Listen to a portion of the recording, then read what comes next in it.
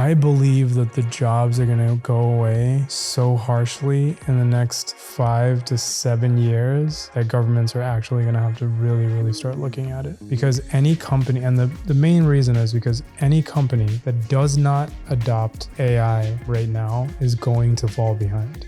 But I think in this new society where people don't have to work meaningless jobs, maybe we'll finally be able to tap into all of these skills that we potentially have. I mean, clairvoyance, telepathy, precognition, just intuition, law of attraction. You know, we'll finally have a time and a place for all that. You know, the thing about intuition, like I said in another video, it's an interesting word. It's like, you know, tuition is someone giving you something. Right?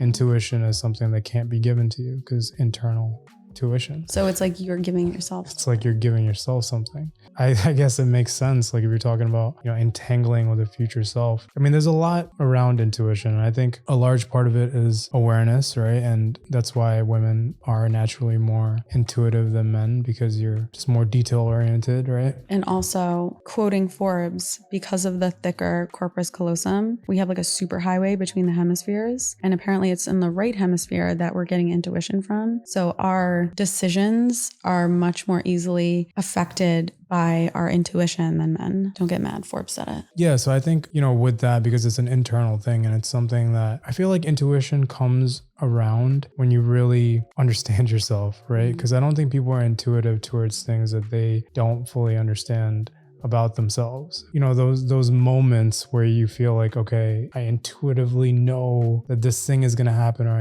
I'm moving with my intuition, comes from either something you've done in the past and being able to tap into that, or it could be something you've done in an extremely long past, you know, maybe even past lives. But even with that, with the whole idea of quantum states being brought in from different dimensions, different timelines, there's so much to see where that kind of information could come from, because there's stories about people that, I think I told you this recently, there's an Indian mathematician who grew up in this village, and he would, with no training whatsoever, he would come up with these crazy math problems. Like none of the teachers understood what he was talking about. They thought he was crazy. And so he sent some of them off to Oxford College. The professors there were blown away, and they invited him to speak and, you know, to meet. And he just ended up solving all of the problems that they've been having problems with for years, with no training, just purely based on intuition. And they would say that he would just look at the problem and he would go somewhere and he would say something like, oh yeah, it has something to do with 3 numbers. You know, he just snaps into something. Like he wasn't autistic. He wasn't, you know, a savant with numbers or anything like that. He was just intuitively built that way, tapping into some unknown source. Maybe he was tapping into a certain person that he used to be. Could be anything. True. I didn't think of that because I was just thinking in terms of the future. Because to me, anytime that intuition has happened, it just feels like you just know. Do you remember I played that game? I just randomly called it intuition. And there was about 7 people sitting around the table. And I held the dice and I told every person, use your intuition, tell me the number that's going to come up. And I would roll the dice and every single person at that table guessed it before the dice landed. It was outrageous. And then there was the time we were in Milan. I just felt intuitive. There's just these moments sometimes where I just feel I'm tapping into something and I just know the answers to things. And so I saw the dice, or maybe you held the dice and I told you the exact number that it was going to be. And every single time I was right. I remember. It's spooky. One time I was leaving my apartment and I walked outside and in my head, it said, children just died. A lot of children just died. And it was just the weirdest, like, why would I just be thinking that? That's such a weird thing to think. And then I eventually saw on the news that a school bus of children had just been hit and they all died. Wow. It's just such a strange phenomenon that to me, it has nothing to do with, oh, well, I know these things from the past. So this is creating something that can be explained away with science. Like it's just so completely paranormal that it could only be explained with something as crazy as quantum physics. Well, it could be that it's a glimpse into, because we hear about this stuff all the time, right? But you could say that it's a glimpse into the future, like a small glimpse into the future. future, because there have been down history people being, clairvoyant and seeing certain things like Nostradamus. And I think it might have something to do with, one, the nature of time, and two, like you're saying with the quantum world, just the idea that something can, like I was saying with quantum tunneling, where they fire the quantum particles and it's blipping from one side to another and instantaneously. So it's moving instantly. It's kind of moving into the future, if you think about it, because the distance that it covers is into the future. And we're talking about a mountain as an example. But what they're saying basically is that it doesn't matter the length of the object. It could be 30 mountains in a row and it will blip through it instantaneously. It is kind of traveling into the future in a way, because it's traveling at a speed way faster than time, way faster than light, right? It's doing So it's in the this future to us in our perception of. exactly. And thoughts of this point is also future to us. They stopped short of calling it faster than light travel, because everyone's like, oh, it's going to break the laws of physics. Can't travel faster than the speed of light. And they had to surmise that it was just slipping out of existence and appearing. Because the only other explanation is that it tunneled through the mountain faster than the speed of light, which is not possible. So it could be, again, that the future is just another dimension, because you can go to another dimension instantaneously, I guess. There's so many ways to look at it. It's honestly mind-boggling. It could, if you think about infinity and the infinite universe, you could say that you have potentially lived this point, this exact sequence of events many, many times. Well, maybe I just remembered what the numbers were last time. It is so much... Kind of terrifying. It's really wild, but I don't think it has to be so terrifying. I think it's a beautiful thing, because you can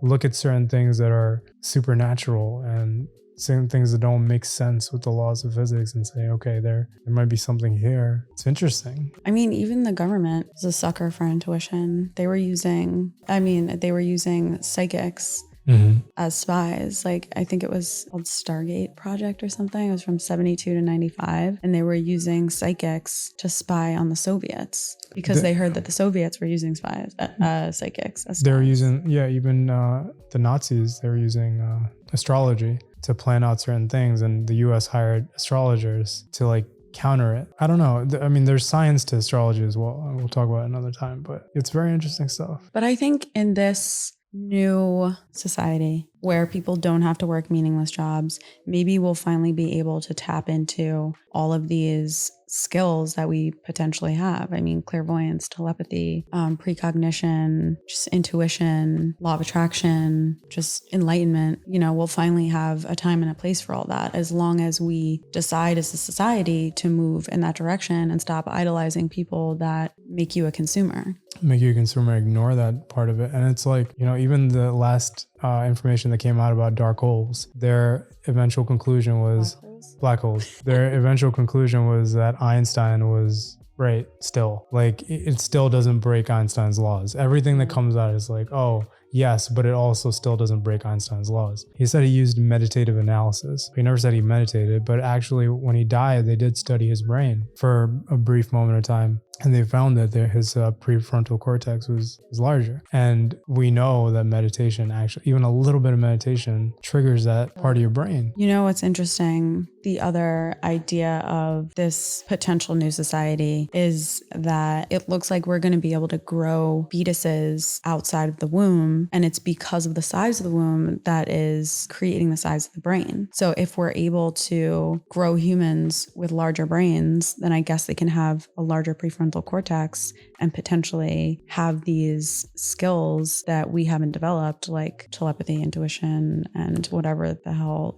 Einstein was tapping into. And then you wouldn't have to carry a child, which would be also great. But they would look like an alien, a huge head. I think it's all a possibility. I think it's crazy. I think it's all going to happen pretty soon. Yeah. So what's your prediction? How long do you think it's going to take before people start getting government funding and not having to work? I believe that the jobs are going to go away so harshly in the next 5 to 7 years that governments are actually going to have to really, really start looking at it. The main reason is because any company that does not adopt AI right now is going to fall behind. It's a highly competitive in all of these tech fields. So your 3 companies that are doing tech, if one of them decides, I'm not going to do the AI route and I'm going to keep my workers, the other 2 companies do AI, you're going to get blown out. They're paying way less. They're not paying their workers anymore. They're laying off people. Their profits are going to skyrocket. Their marketing budgets are going to skyrocket. You're going to be left in the dust. Like you're going to be a relic if you don't get into AI. And there's like all these YouTube videos and stuff with people saying this. I don't think people are taking seriously how fast it's about to go. Well, I don't think they realize the ramifications, which I did not until you said anything. Yeah. I mean, it's weird. I think about the algorithm sometimes, right? Especially now that we're on TikTok and we've had conversations like that. It's gotten to a point where people are no longer looking for an audience anymore. People are trying to appease the god that is the algorithm. The algorithm is the audience. You're not even trying to build an audience anymore. You're just trying to appease the algorithm. If you're a comedian, if you're, someone that is a musician and like getting fans, you're not looking for the fans. You hope you hit the algorithm. You're a slave to the algorithm. Now you're coming in with this AI generated content now. So people are generating content based on AI for YouTube, TikTok, Instagram Reels. You're creating full episodes of shows, of documentaries based on AI imagery and AI and deep faking celebrities. Deep fakes. And now people are looking at it like, oh, it's this cool little thing that's happening with the AI images. And those images are about to start moving soon. You're going to have animated AI episodes and TV soon where all the cartoonists are going to lose their job and the writers, because AI is writing now. Because these things are bad right now. So you look at it and you're like, oh, it's never going to happen. But no, the people that are building this, they know what the goal is. The goal for these AI image generators is perfection. And they're going to get perfection soon. And it's very, very close. Like Midjourney, all these things are very close. And as soon as Midjourney gets that part down and someone builds another part within the next 2 years, I promise you within the next 2 years, build something that could take your prompts and turn it into animation, fully animated, fully voiced content on platforms, feeding the algorithm. Because also the AI would know exactly what to do to feed the algorithm better than... Yeah, well, you're going to be able to tweak it enough as much as you want. It's no longer a skill-based thing. It's like, I'm going to type what I want it to do. Let me type this, do another video. Let me type this, do another video, feeding the algorithm. So we're literally creating an army of AI to feed the algorithm to get attention. It's going to shit. This whole thing, it's going to be such a hard reset of all this, and people just don't get it. I mean, you got to start changing with the times and you got to start just being creative. Like if you're a creative person, you have to start actually looking for real people as your audience and not look for the extreme virality, because all of that is about to go away. You need a core audience. Yeah. It's going to go away. Someone's going to come in and take your spot. That's all extremely interesting. But see, this is why we all need to be informed of who we will be in this new society, who we will need to be.